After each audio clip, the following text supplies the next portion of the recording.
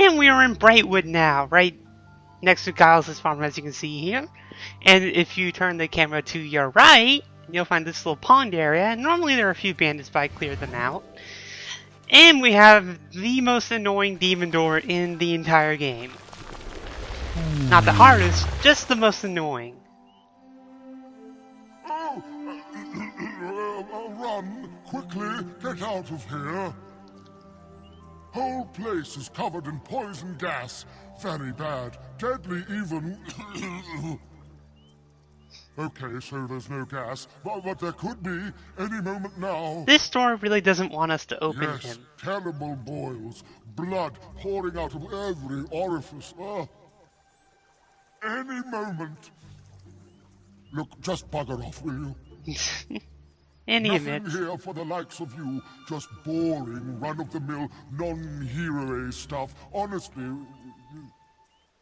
Well, still, I'm supposed to be opening these doors, so open up. Anytime. I'm begging you. You don't understand. I used to be important. If the other doors had... Hey, you aren't the Can't you first take door, the you know. hint?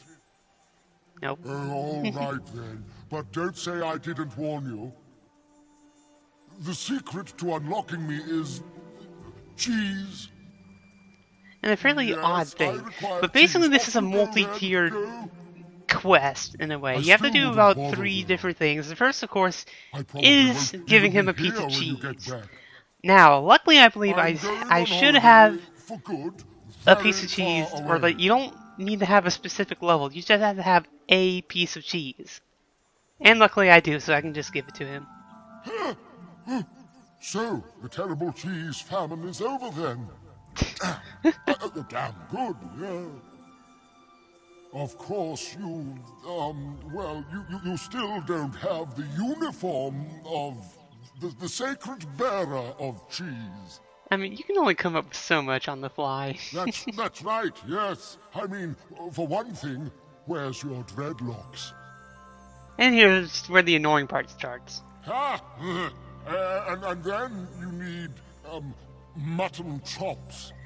So the second stage is to basically get the hairstyle of the sacred bearer of cheese. Now this requires you to go to 2 different locations, the first of which is actually Bloodstone of all places.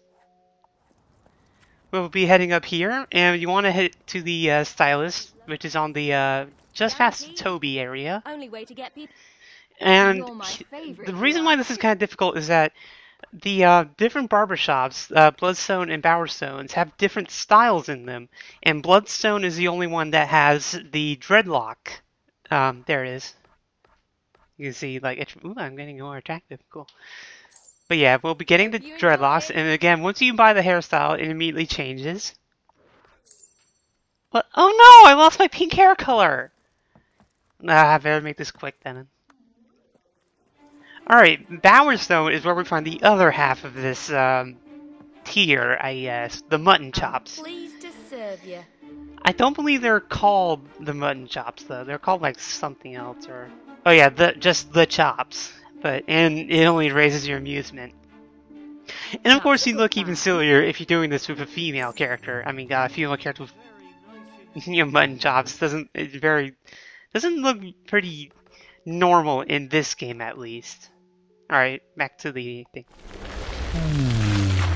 Alright, now that we have our hairstyles...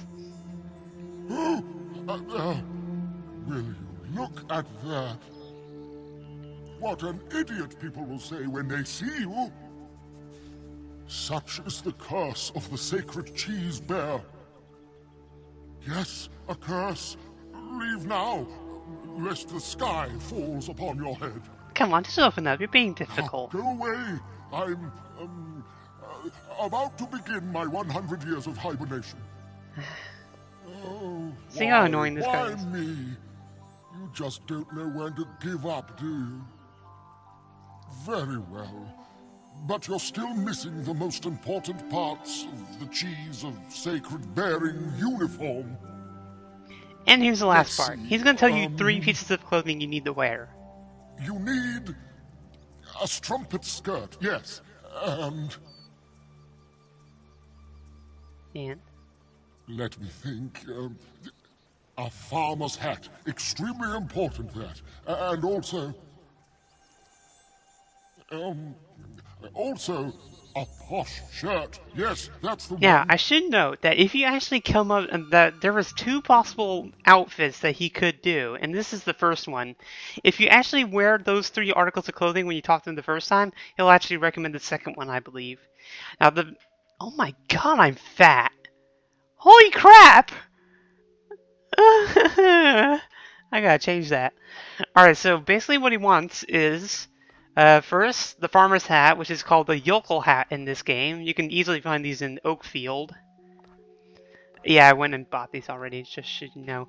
The posh shirt will be the noble gent's shirt, easily findable in Bowerstone. Oh my god, I'm fat. Why am I so fat? And then, of course, the tart skirt, which is the, let's see, where is it? Tart skirt. So yeah, really weird uniform. Sun transition. Oh, will I never be rid of you? God, my character looks You hideous, just couldn't though. stop, could you? Well, fine. You asked for it. The other demon doors better not hear about this. Bitch, probably half of them are The already indignity, open. the shame. To think of the treasures I once guarded. I beg you, never reveal my secret to anyone. And with all of that, he finally opens up and we get access to... Come on. Glitching. Let me get through. Come on. Up. Go up. I command you to go up. The, I can't really read that. Sepulture. Don't know how to pronounce that. Now, of course, since this was a ridiculous quest with ridiculous, stuff like that, obviously the reward for this is going to be ridiculous as well. Well, you're right. Although, for now, I'd like to say this is kind of like an odd graveyard kind of thing. Not probably the least special, the least coolest of the demon doors.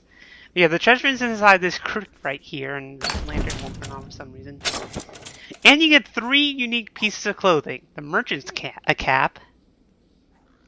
Worn by merchants who peddle their own flesh. The knotted shirt. Looks like you stepped straight off the cover of a sleazy romance novel. And the harlequin trousers. These ubiquitous trousers can be worn by both jesters and male prostitutes with differing effects. So basically we just got a male prostitution outfit. And as fat as I am, that would not look very good on me. I need to find a way to... Well, I actually gotta get fatter, but anyways, next door. Speaking of getting fat, I think I have sparkles around me now. The next store I'll be covering is Westcliff. To be honest, I actually went ahead and did what I needed to do already. But basically, what the first I want to see was... Oh, wow, 10,000, jeez. No wonder it was 20 silver keys. This demon door can be found shortly after that chest. You can see this little path up here, and there you go. In order to open up this one, I want to go ahead and show it right now since I already did it, and I didn't really get the initial thing, and I probably should have. But anyway, as you can see, I've become extremely corrupt. And there's a difference between good and evil, and then pure and corrupt in this game.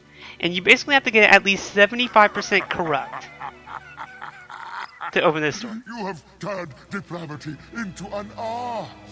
You are corruption personified. Enter, enter. And I'm sorry for not showing his intro thing. I didn't think about that. It's actually pretty hard to get corrupt, though, or pure, for that matter. Ways... Alright, yeah, first the vault. And we get one of these things. Alright. The 2 basic ways of becoming corrupt are as follows. 1, get as fat as you can possibly get. And the way to do that is to eat fatty foods when your health is full, basically. The other is that when you own shops, and I kind of like this place here, it's kind of like a mini city or sort of. When you own a shop, when you adjust the prices, inflate the prices to 100%. And you get more money, but you become more corrupt, and I kind of like this little thing right here. And basically all that really happens is that you get like sparkles around you or something, and you get really, really fat. But in here is, compared to the other things, probably the worst of the weapon rewards for the demon doors.